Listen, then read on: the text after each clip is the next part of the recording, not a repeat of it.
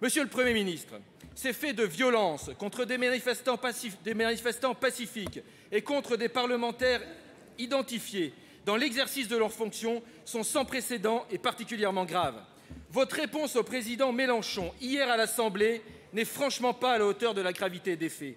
Nous vous demandons aujourd'hui une condamnation sans équivoque. Je vous rappelle que si, à bon droit, les images dont vous parlez ont pu choquer et qu'elles sont regrettables, je rappelle également au Sénat que dans cette affaire, 2 policiers ont été blessés et l'un a subi des jets de pierre qui ont conduit à son transport à l'hôpital. Donc tout cela n'est pas normal. Tout cela, Monsieur le Président, n'est pas normal. Il y a eu des attitudes qui sont condamnables.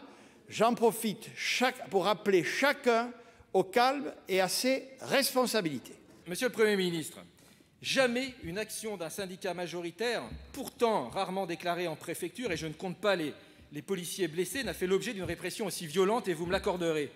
Après les gilets jaunes, les journalistes, les avocats, les médecins et tant d'autres, la répression violente du mouvement social a atteint un nouveau paroxysme. Plus personne n'est épargné, ni les agriculteurs, ni même les représentants du peuple.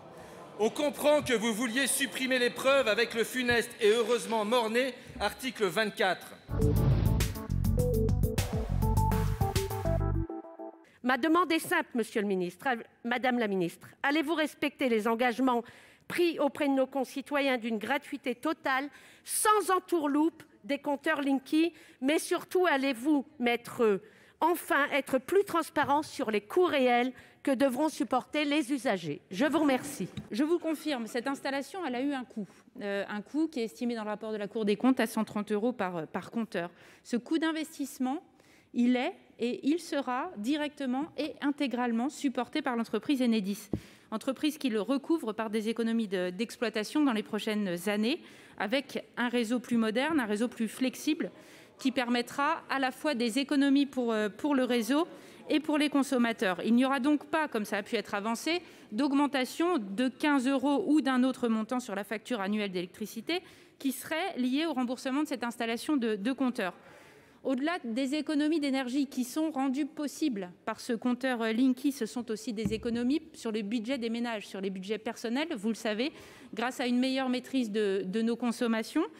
Nous participons donc avec cette offre à la possible fourniture de contrats plus adaptés à nos consommations. Nous avons un meilleur regard sur ce que des appareils énergivores ou des améliorations de la performance énergétique nous permettent d'économiser à la fois comme ressources en termes d'énergie, mais aussi sur nos budgets, avec donc des gains sur la facture d'électricité liés à ces fonctionnalités de Linky. Madame, vos arguments ne sont absolument pas convaincus. Il faut des actes forts. Et le premier d'entre eux doit être de renoncer à la privatisation d'Enedis, au projet Hercule, devenu Grand EDF. Seul le nom change, mais pas votre volonté de casser cette entreprise.